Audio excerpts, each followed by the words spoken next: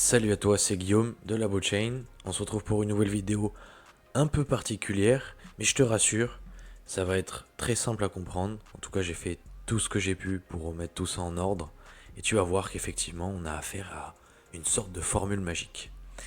Alors, d'où ça vient déjà?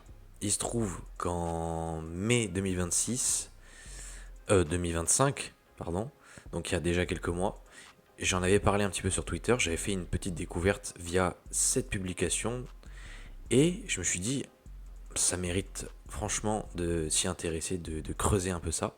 Et c'est ce que je vais faire aujourd'hui. Alors, sur ce premier graphique, qu'est-ce qu'on a? Alors, ça peut paraître impressionnant encore une fois, mais c'est pas compliqué. L'axe vertical, c'est le coefficient d'échelle, B, ici. 5, 6, 5, 7, 5, 8, 5, 9, 6. Il mesure la pente ou la vitesse d'augmentation du prix du BTC selon la loi de puissance. Au passage, si tu n'as pas vu la vidéo sur le sujet, n'hésite pas à aller la voir, elle s'affiche à l'écran, comme ça tu comprendras mieux l'ensemble. L'axe horizontal, c'est le temps de 2022 à 2025, comme on peut voir. 2022, 2023, 2024, 2025. La ligne verte montre comment ce coefficient a évolué, tout simplement. Donc de 2022 à 2025. Il a diminué donc de 5,8735 à 5,7008, ce qui signifie que la pente du modèle devient...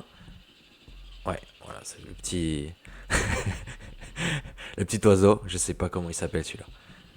Bon, il veut pas s'arrêter, donc on continue, c'est pas grave. Donc ce qui signifie que la pente du modèle devient un peu moins raide. Donc la croissance est légèrement moins agressive. Ok. Donc ça, c'était pour ce graphique. Maintenant, parlons de celui-ci. C'est celui qui nous intéresse le plus en réalité.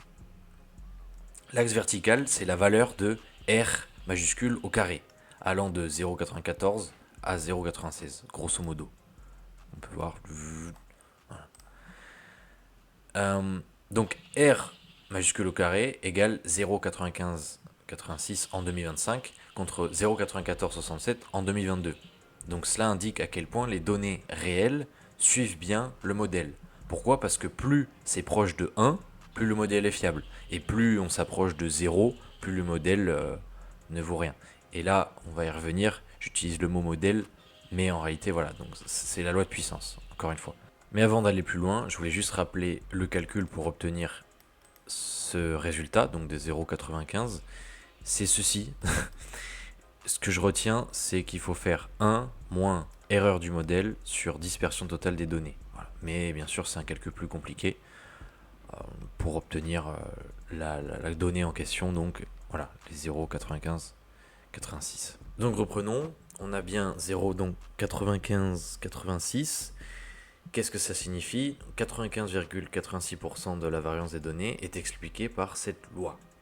Si on souhaite parler du coefficient de corrélation au sens strict, le R, et c'est finalement ça qui est le plus intelligible, je dirais, il faudrait regarder le coefficient de corrélation linéaire, qui est la racine carrée, donc, de R majuscule au carré, c'est-à-dire ceci. Donc si on fait la racine carrée, si on met du moins cette donnée sous racine carrée, ça donne 0,9791. Et donc là, comme on a dit, on a bien 95,86% de la variance expliquée. Et notre coefficient de corrélation, au sens strict, est de 97,9%, quasiment 98%. Donc entre les données réelles, la réalité, et cette modélisation. Même si, là je l'ai mis à l'écrit, même si Giovanni n'aime pas employer le mot modèle, est toujours employé le mot, enfin du moins l'appellation loi de puissance, quoi, pour désigner tout ceci. Pour conclure, très simple, si R égale 0, c'est bidon, et encore c'est un euphémisme. Si R est à 0,5 environ, c'est très bof. Et si R est égal à 0,90, si on est entre 0,97 et 1, là c'est excellent, voire parfait. Si on atteint 1, c'est parfait. Je pense que ce sera jamais le cas. Je pense qu'on pourra toujours tendre vers 1, mais ce serait très très très étonnant qu'on finisse par arriver à 1 tout rond, quoi.